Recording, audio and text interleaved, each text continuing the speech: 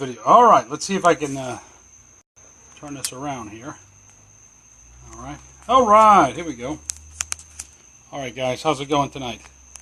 All right. Okay, let's see what's happening. All right, let's see if we get some folks coming by here on Facebook Live, and this is on my phone here. Okay. So, see who's here. All right. Okay. All right, guys, let's go ahead and get started here for tonight here for Facebook Live. Wanted to share a couple of things that have really impacted me here over the last week or two. I usually do narrating audiobooks quite a bit, and there's been a few that I've done that have been self-development level type books that have really kind of opened my eyes in a huge way, and I think the more I learn about some of these concepts, the more it's going to impact me in a big way. There was one book that I read called Knuckle Dragging Sales, and it was basically a sales book about the level of determination you need in order to be in sales. And and this was kind of like the first time I've heard about this. Charlie J. Ray is watching. Appreciate you listening here, Charlie. Is that in his book about knuckle dragging sales, he said that people always talk about, especially when it comes to self-development, that you've got to fight fear, you've got to you got to get rid of your fear. And one of the things that he really brought out with this is that fear can be a good motivation if it's properly channeled. The fear of being stuck in a situation where you have no money, okay, where you're broke, and your income is at a point where you're scraping by paycheck to paycheck, okay, that's a motivation of fear right there, and that's a fear that will get your fire started and get you moving in a certain direction. So why so this idea that we have to somehow redirect fear, or we have to try to fight fear.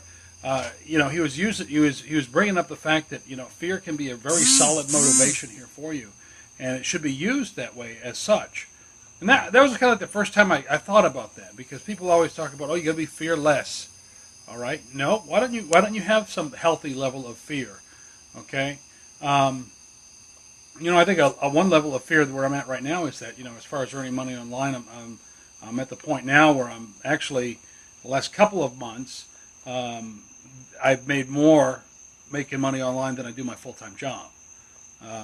And that's been significant. But the challenge for me is that I'm not satisfied there. My fear is that I don't want to be stuck, I want to be in a position where I have some deadlines that I want to make, especially improvements by my house. We just fixed up my daughter's room upstairs. We got the ceiling done. It looks awesome. The ceiling was falling apart. We had some guy come in and spent a whole bunch of money putting it together. We have the ceiling painted, the walls painted. We're in the process of the next step is to get the floors sanded. Top of that, I am in a slow process of building my studio. I've already bought the computer that I'm ready to go to do, so I can spend more time at home and really amp up. I'm using the radio station right now for some of those things, and I want to get away from that totally and be completely reliant on my studio at home and not reliant on another source like a radio station or some other place.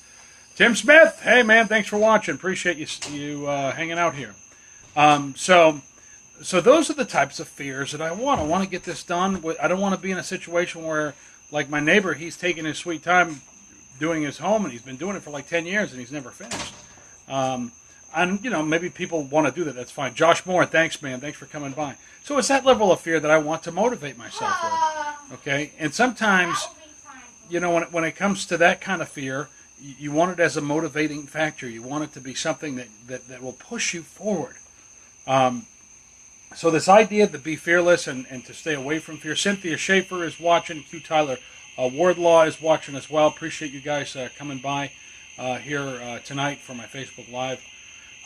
So this idea that we have to, don't be fearful, just get rid of fear, get rid of that, okay? That's a bad thing.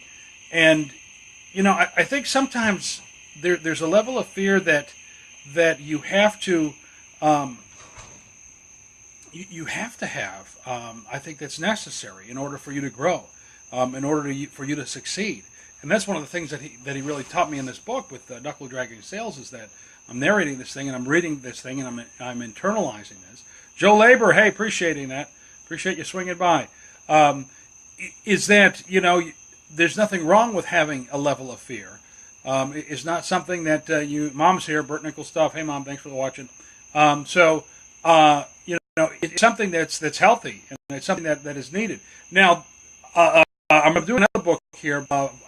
He's a professional Israeli soccer player, and his name is Ethan Azaria, and he's well known in Israel. He's a retired soccer player. He was a championship soccer player, and he has a lot of books on self-development and personal growth and success. And he has a lot of really interesting things to say about fear. And one of the things that he was talking about fear is that fear is necessary at times. And he gave the illustration. He says, let's say you're reading his book, okay, and you're underneath a tree, okay, and a lion charges towards you, okay, and you don't say, I'm going to finish up this chapter here in the next sentence or two, and hopefully I'll get away from this lion. No, you are fearful. That fear grips you. Your fear, you starts to run and try to find a way to protect yourself. And it's a God-given fear. It's in there that we have that motivates us. But one of the things that he said, though, he says, is that same fear that you need, that's instinctual in you. It has almost the same kind of results when you're in a situation where you're not confident in yourself. Or let's say it's a public speaking thing. You tense up, okay? You get nervous, okay? So that same thing internally happens to you, and that's all based on your mindset when confronting fear, when dealing with fear. So those are some of the things that he taught me with that, which I thought was very interesting. And even goes a step further. And he said you should write fear a letter. And read that letter every single day, so you get to know yourself better and understand why you're fearful of certain things when you're confronted with certain things. Stephen Joel Boggin, appreciate you coming by here, man. Thanks for swinging by. So you're dealing with a level of fear, and you actually write fear a letter, and you get to know fear, and he says make fear your best friend. And what he means by that is understand why you're fearful of certain things. Why you act the way you do, why you react to certain things, and have a conversation with fear. Make it your best friend, and try to have that conversation, which I thought was really interesting. He wrote a letter out of how to deal with your fear and become make fear your best friend. In one situation, and we're always being told over and over and again, we got to fight fear, we got to overcome fear, we've got to shut it out of our minds and be positive. And here's something else that he just added in his next chapter. It just kind of coincides with this too. Ethan mentions in his book that and I've heard this a million times, but it just kind of gave me a fresh perspective on something too. He says, what do successful people all have in common? The number one thing that they all say is that they have failed over and over and over and over and over again. And I said, yeah, okay, that people fail for it. You think of Michael Jordan, all the shots that he missed and all the times that he was on the bench, or I was watching George, a whole documentary on George Strait, who's just like this huge name in country music. Everybody knows who he is. He's a household name. And he talks about in the 70s where he couldn't get it off the ground, ready to throw in the towel, just one after another. Even he was accused of being too country and not enough country, all in the same decade, right? At the time, and there was one writer who did not want George Strait to sing a song or whatever, but he wanted Johnny Paycheck to do it, and Johnny Paycheck was in jail at the time, so that's why he couldn't do it. So the writer was lamenting that he was stuck with George Strait, and it actually became a huge hit for George Strait that just kind of launched his career and made him a household name. But so you see things like that, and you're familiar with that. But I think at the same time, when you think about this, because I know people have gone through this before, especially when it comes to figure out the whole online thing, where you're trying to figure out how to make money online, how to take your skills and your abilities and your talents and utilize it to earn extra income. And over and over and over again, there's so many people that you run into, they're frustrated. They've tried it a million times. They've got leaders, or maybe they're in a network marketing company, or maybe they're trying to launch their business online. They're trying to figure things out. And it's just not working. They don't know why it's not working. And they're just besides themselves. That actually is a good thing. That is a sign that you're growing. That is a sign that you're struggling. And you meet so many people like that have burned, I've tried this before, it doesn't work. I don't know how to do it. That's a sign right there that, you're at a level that you need to take it to the next level. You need to figure out something more. You need to get better mentors. You need to continue searching, continue seeking. I don't even know if I should mention their names, but I will. Todd and Leah Getz actually have been people that I've looked up to as far as really growing online. And I had the experience of meeting Todd on Twitter at one point where he was just starting in the beginning stages of his journey of trying to figure this whole thing out. And watching him online over the years, and you maybe have seen this before, is somebody that has tried different things, that has learned different things, that has gotten more knowledge, that has gotten more mentors, that has continued that path and never, ever, ever, ever stopped.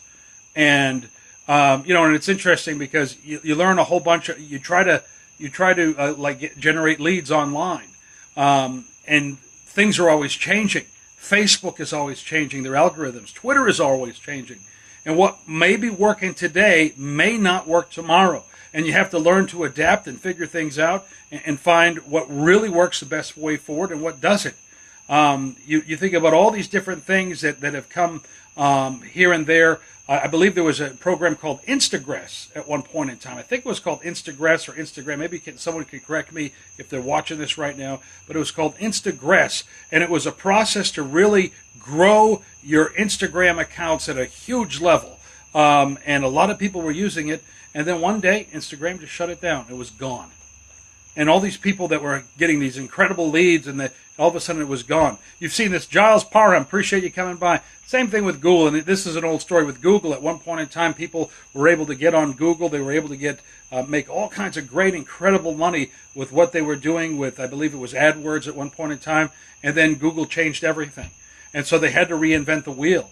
So what I'm saying is, with Todd, I've seen him where he has gone through a process where, he was using certain things, and Joyce Reed, appreciate you watching, where certain things were working, and then something came up, and then he had to change, he had to adapt, change and adapt, learn more. So every time you're frustrated at something, you're trying to figure something out, you're getting some level of success, and then it doesn't work, and then fear sets in, okay? And that's a sign. That's a good sign. And here's another thing that he said, that Ethan said, and this is mentioned before, that if you're not succeeding, in order to succeed, you need to fail more. What does that mean? You need to fail more.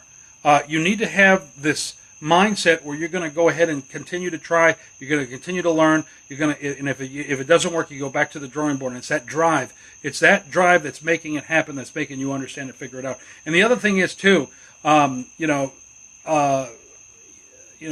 he's mentioned this publicly. Him and his wife Leah, is that they've earned $100,000 in 1 month, which is just unbelievable, incredible. And there are other mentors that I know that earn that they're seeking and they're learning. And they don't have this magic wand. They don't have this little formula that they figured out. And people get in that mentality. They see all these things online. They see all these things happening to people, and they're thinking to themselves, wow, this is going to happen if I just follow this little tinky formula or whatever. And it has nothing to do with it. It has everything to do with being in a position where you are learning, you are trying to figure things out, you are failing, okay? You're continuing to fail. You've started out with a website. That website didn't work. You started doing certain things on Facebook. One of the things that really they kind of jolted me, and this was with Facebook Live and Facebook Live into groups. At one point in time, it's almost like a huge thing that has happened very recently. Sean Schultz, appreciate you watching. Where Facebook Live, you could get a whole bunch of tons and tons of leads on a daily basis just using Facebook Live and an interesting video with a link. Go into all kinds of groups nonstop. You'd get thousands and thousands and thousands of views and whatnot. And there's even software out there that allows you to share in all these 60 different groups. And then and I was doing that at one point in time. And I was getting tons of leads. I was getting some sales too with that. Then all of a sudden, and this was just happened probably in the last 2 or 3 months, is that Facebook changed everything. They made it that it's their term of service that you have to be an admin in these groups, and you have to own those groups. You just can't have the software companies that would go ahead and share all these different things in groups automatically. 60 groups, boom, like there you are, and you haven't had to do any work at all. All you do is get on Facebook Live. They changed everything. They moved it all around. And as far as their outreach is concerned, everything's changed. And all of a sudden, you look at your views. At one point in time, 2 or 3 months ago, you were getting 2,000, 3,000 views. It was absolutely nuts. Okay, and now it's just barely nothing. And you got to figure this out in your head. You got to figure out something else.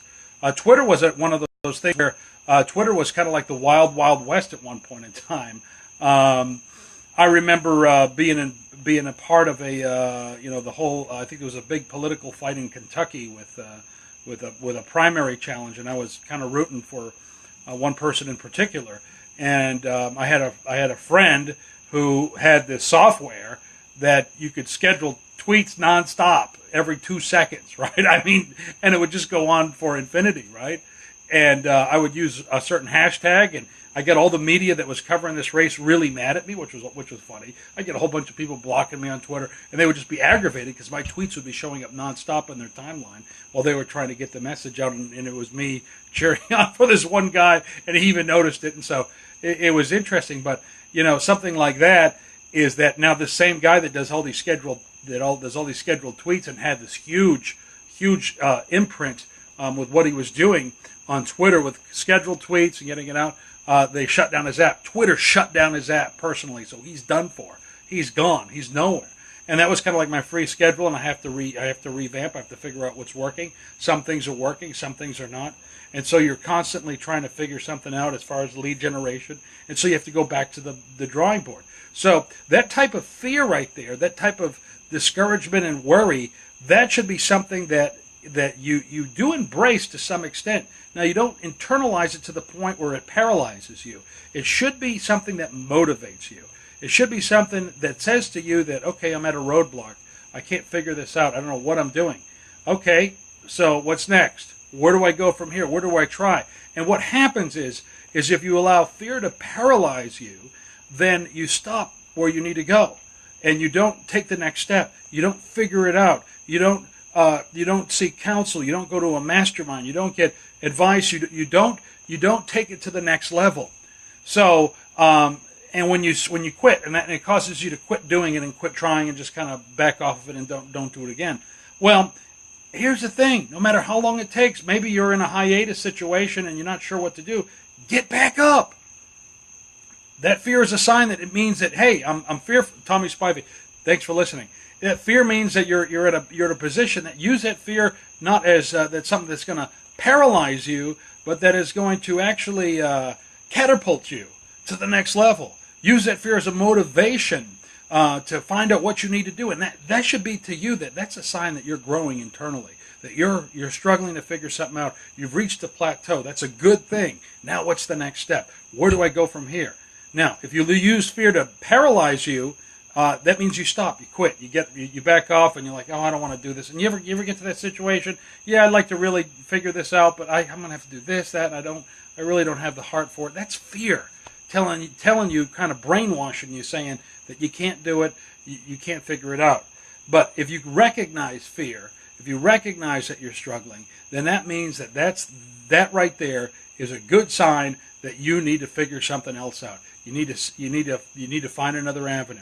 You need to find some training. You need to find people that are doing it correctly and sit down and memorize absolutely every single thing they're doing. Be in a coachable position so that you can learn, that you can internalize it, and don't say, oh, this doesn't work because I don't feel like it is. And so we're in such a feeling-oriented generation right now in society, that we do things that we think we're gonna succeed because we feel like doing something today. I feel like reading my audiobook, okay? Even though the deadline's due in a week and maybe tomorrow I don't feel like doing it. No, I'm just gonna do it because it's due, okay? And I need to get it done, and I know what I need to do. So, nobody has a sense of priority anymore. Nobody has a sense of drive of where they want to succeed and knowing who they are and doing whatever it takes to figure it out. And again, going back to the point that Ethan was making in his book, Ethan Azaria, his latest book that's out there.